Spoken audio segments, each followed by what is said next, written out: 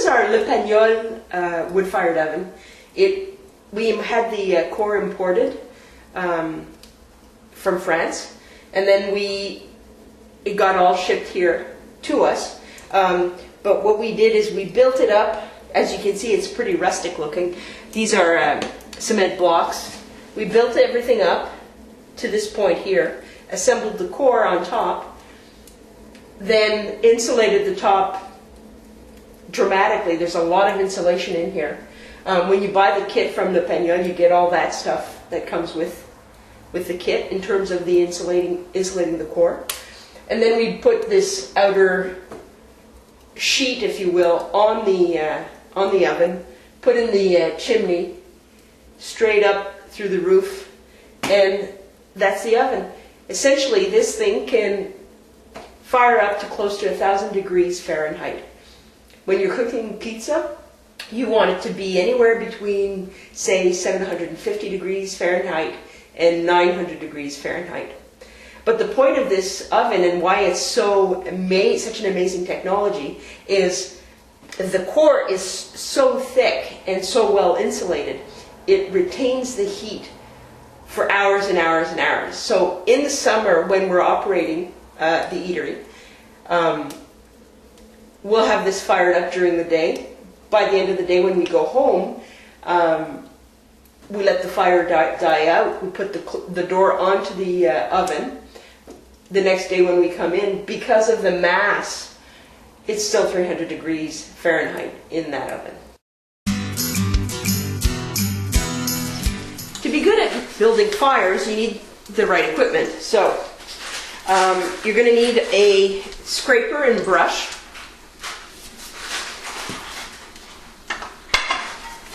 a dustpan, metallic dustpan preferably. You don't want it to melt. Something to poke the fire and move the logs around. I use a piece of rebar. Some brushes for cleaning off the surface of the oven. A galvanized steel bin for putting the ash into the bin when you're done with the fire. And some seasoned dry wood.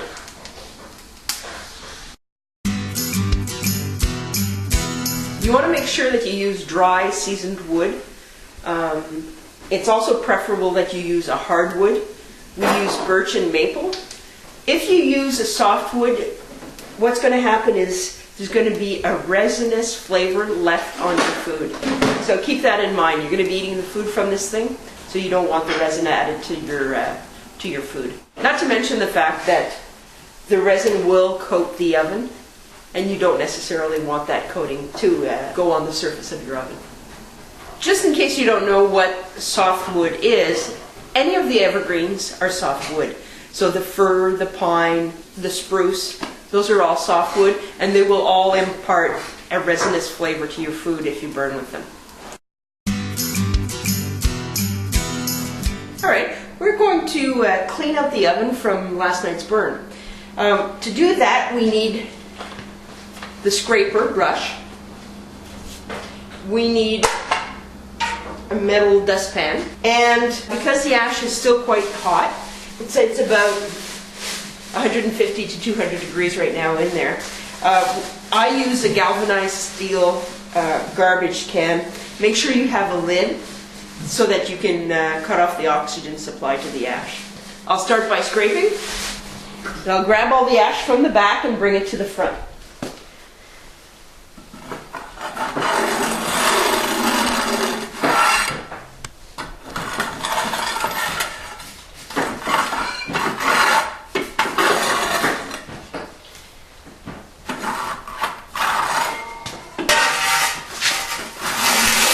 Into the bin. I'm going to try and do it so that it doesn't spray up dust too much.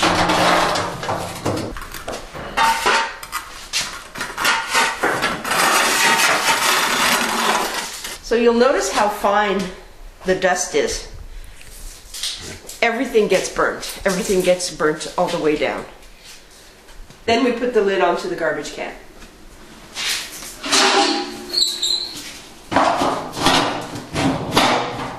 And that's safe. So now we still have a little bit of ash on the base of the oven. So what I'm going to do is I'm just going to scrape it towards the back just to clean it up before I start the burn.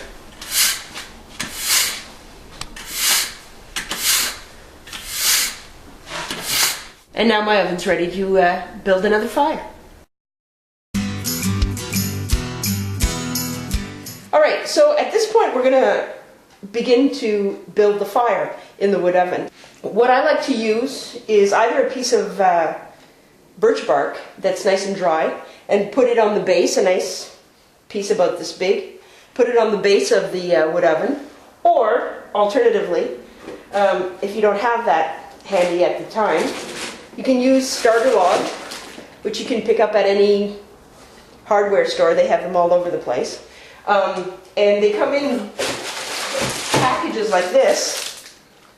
What I do is I open up the package and I break them down into eighths about, and then I put them on the base of the oven once I light them. So they would be arranged like this.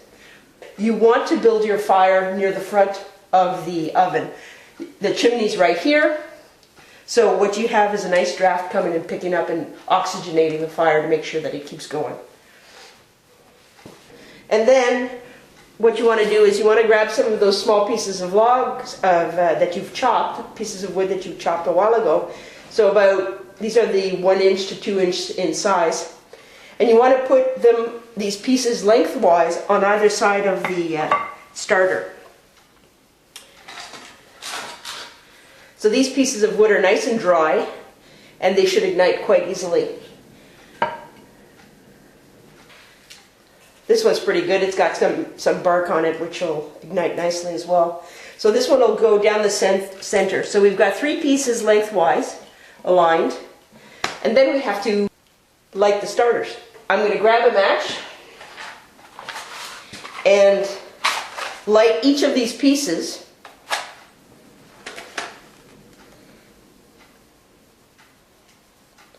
Give them a chance to start burning a little bit before I put them in.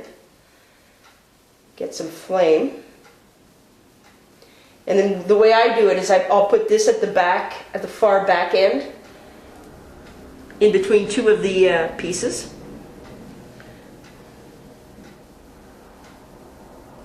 If you do the back first, you save your arms from igniting, which is pretty important.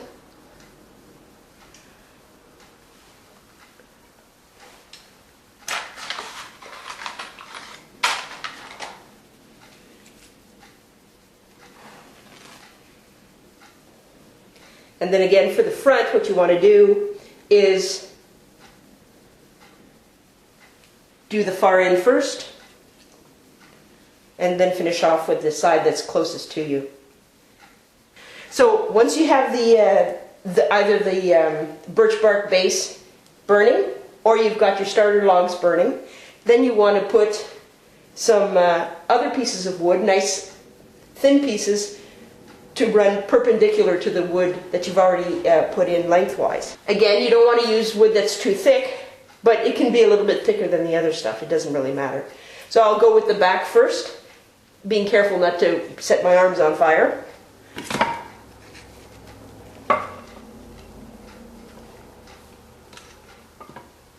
There's one. Here's another nice thin one. It's 2. And if you line them right above the starter logs, then they'll catch fire nicely. And then once that gets going a little bit, what you want to do is you want to put 2 other pieces of wood, again lengthwise, but just above the starter logs, going to the back of the oven as well. So I've got some slightly bigger pieces. The side bars, the side pieces of wood have ignited nicely, so I can add to it, just above the starter logs.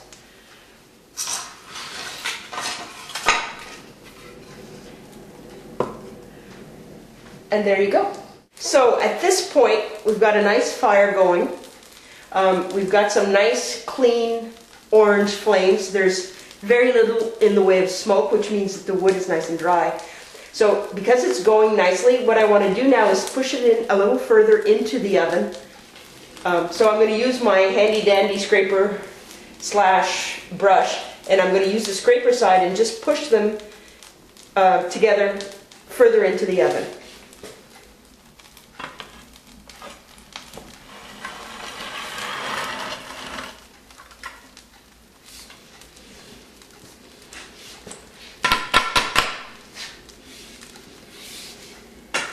Now, because the starter logs didn't follow, I'm going to use, this is just a piece of rebar that I use to poke the fire. I'm going to just push some of this starter log back so that it keeps nourishing the fire.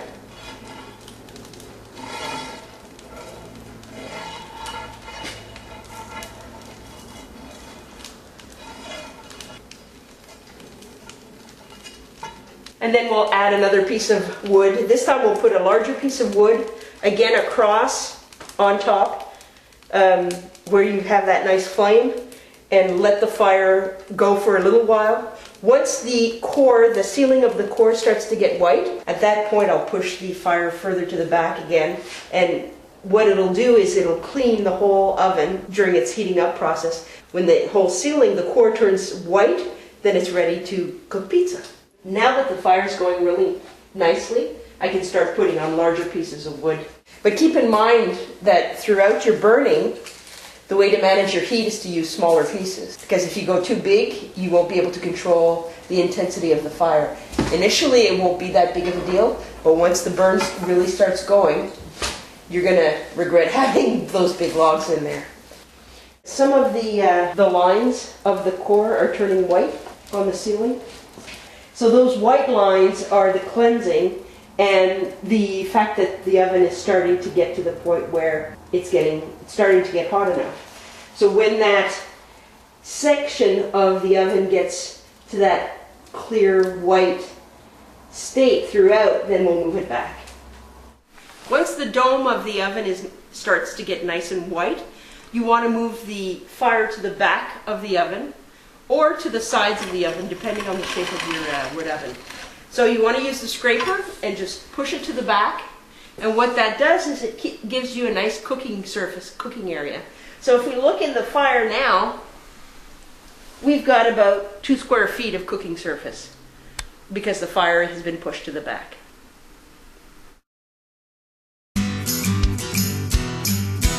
If you fire up your oven on a daily basis and it's indoors, it should only take you about 20 minutes to get the fire to the place where it's ready to cook pizza. So around 700 degrees, 800 degrees.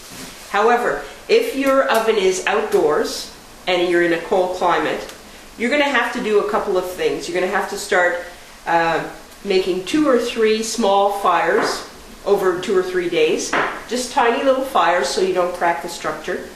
And then after the 2nd or 3rd day, make a larger fire and then heat it up to the point where you're going to be able to cook your pizza around 700, 800 degrees. Again, otherwise you might crack your structure. It's a pretty important thing. If your oven is indoors, the way ours is, in the winter we winterize this building, and so it gets pretty cold. It can get below freezing. So in the spring what we do is we fire it up, even though it's indoors, with 2 or 3 little fires before we fire it up for good for cooking.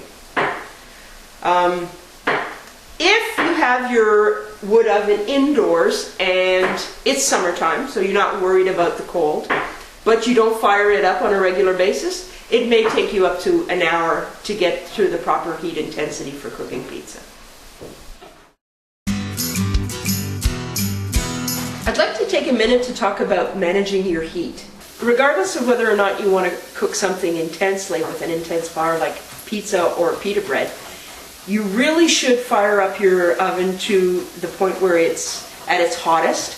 Let it burn at its hottest for a while, and then progressively let it cool down. Now, obviously, if you're cooking pizza, you want to keep it at a sustained high level of around 800 degrees. If you want to cook something like baked beans, you're going to want your fire to drop down to around 300 degrees.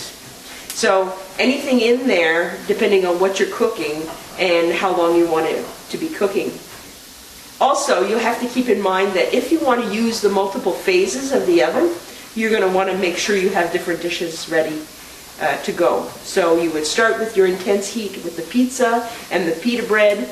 You work your way down with roasting, maybe at around 500 degrees. A little lower yet for a grilling steak, like we did, or like we're going to do with the Tuscan grill, roasting vegetables, and then all the way down to around 400, 450 if you want to bake bread.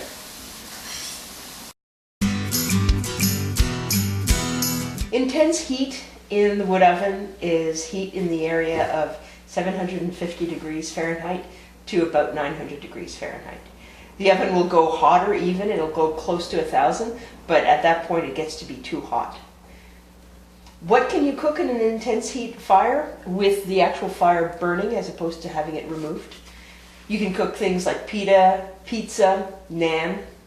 So the intense heat is located at the back of the oven near the fire. As you move away from the fire, your heat reduces. So the back of the fire, you have an intense heat. You move towards the front or towards the side, depending on where you've banked your fire. Then the heat goes down to a medium heat around the 500 to 600 area Fahrenheit. If you want to cook a pizza, you should have a fire that's around 750 to 900 degrees Fahrenheit. The hotter it is, the faster your pizza is going to cook. So at 900 degrees, your pizza will cook in about 90 seconds. At 750 degrees, it'll take probably about 2 minutes. But if you're cooking at 900 degrees, make sure you're babysitting the pizza, otherwise it's going to burn.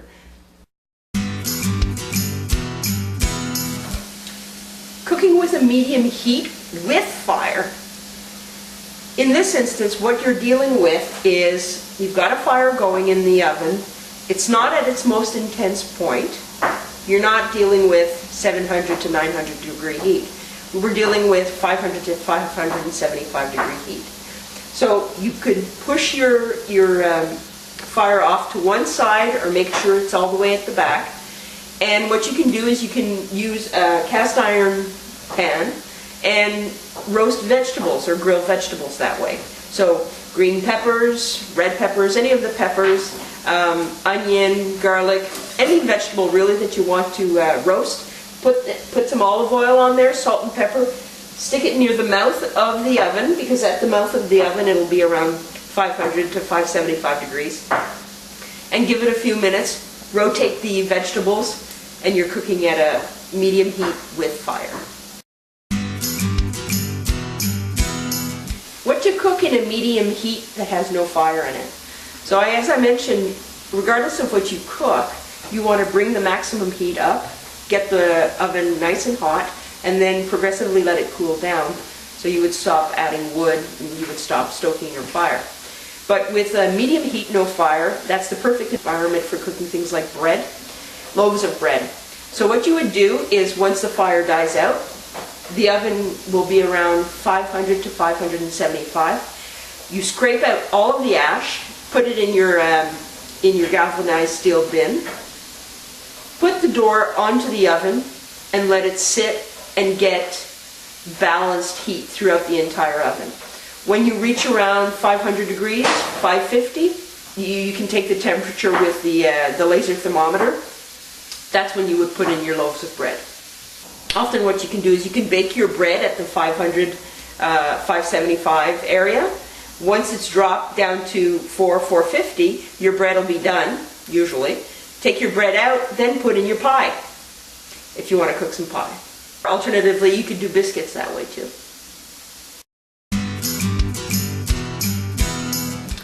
For a low heat, no fire environment, we're looking at about 200 to 300 degrees Fahrenheit. So in that kind of environment, you'd want to cook stuff like baked beans or a stew. Anything that you would cook for a long time over a low heat. If you make a mess in your oven, for instance, if you happen to tear your pizza dough because you're moving it too soon, you don't have to worry about that too much. Just clean up your mess with your metal peel Okay, just scrape it underneath and then toss the mess into the flame. It'll burn up, that's not an issue. And then what you can do is, using the scraper, bring some of the ash and the burning matter onto where there's the spill. If there's oil, it'll burn off. It'll clean up whatever remnants there are. Leave it there for a couple of minutes, then scrape the dust and the ash back to the back of the fire, and then you'll be back in business.